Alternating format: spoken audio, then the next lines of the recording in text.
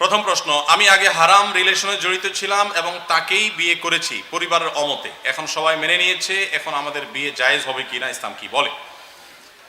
যে ভাই তার বাবা মার অমতে বিয়ে করেছেন, বিয়ে করার পর এখন বাবা মা যদি মেনে নেয় তো আলহামদুলিল্লাহ, খুব ভালো।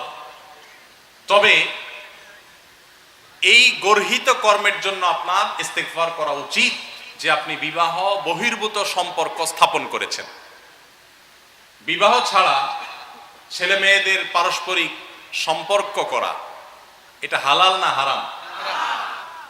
এখন অনেকে বলে আমরা বিয়ে করার নিয়তেই প্রেম করি, যেহেতু এত ভেজাল চলতেছে চতুর্দিকে, যে সম্পর্ক করে, হারাম রিলেশন করে যুবক যুবতীরা, অনেকে বিয়ে করার কোনো মতলব নাই, টাইম পাস করা মতলব। তো সেখানে সে নিজেকে সৎ দাবি করতেছে যে এই বাজারে আমার মতলব হলো বিয়ে করা, আমি কোনো ফালতু নিয়ত করিনি।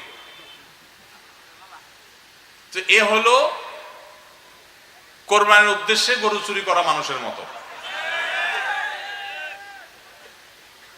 করছে গরু চুরি, উদ্দেশ্য কি?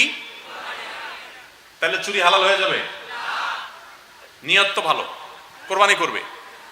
তো শুধু নিয়ত ভালো হইলে হবে না, কাজটাও ভালো হতে হবে। বিবাহ বহির্ভূত সম্পর্ক হারাম। যুবক ভাইরা, এই সম্পর্ক কখনো মানুষকে সুখী করতে পারে না। সাময়িক হয়তো খাহেশ মেটাতে পারেন, আপনি নিশ্চিত থাকেন যতটুকু হারামে লিপ্ত হবেন ততটুকু এর জন্য দুনিয়াতেই আপনাকে প্রায়শ্চিত্ত ভোগ করতে হবে।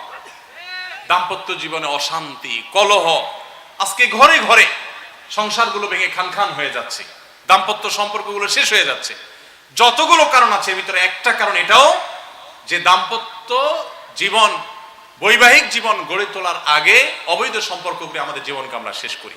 অতএব যে ভাই প্রশ্ন করেছেন তাকে বলবো, আপনার পূর্বের কৃতকর্মের জন্য উভয়, যে আমরা বিবাহ ছাড়া সম্পর্ক করেছি সেজন্য আল্লাহর কাছে মাপ চাইবেন, এবং বাবা মা যেহেতু মেনে নিয়েছেন আলহামদুলিল্লাহ, তাদের অনুগত থাকার চেষ্টা করবেন পরবর্তীতে।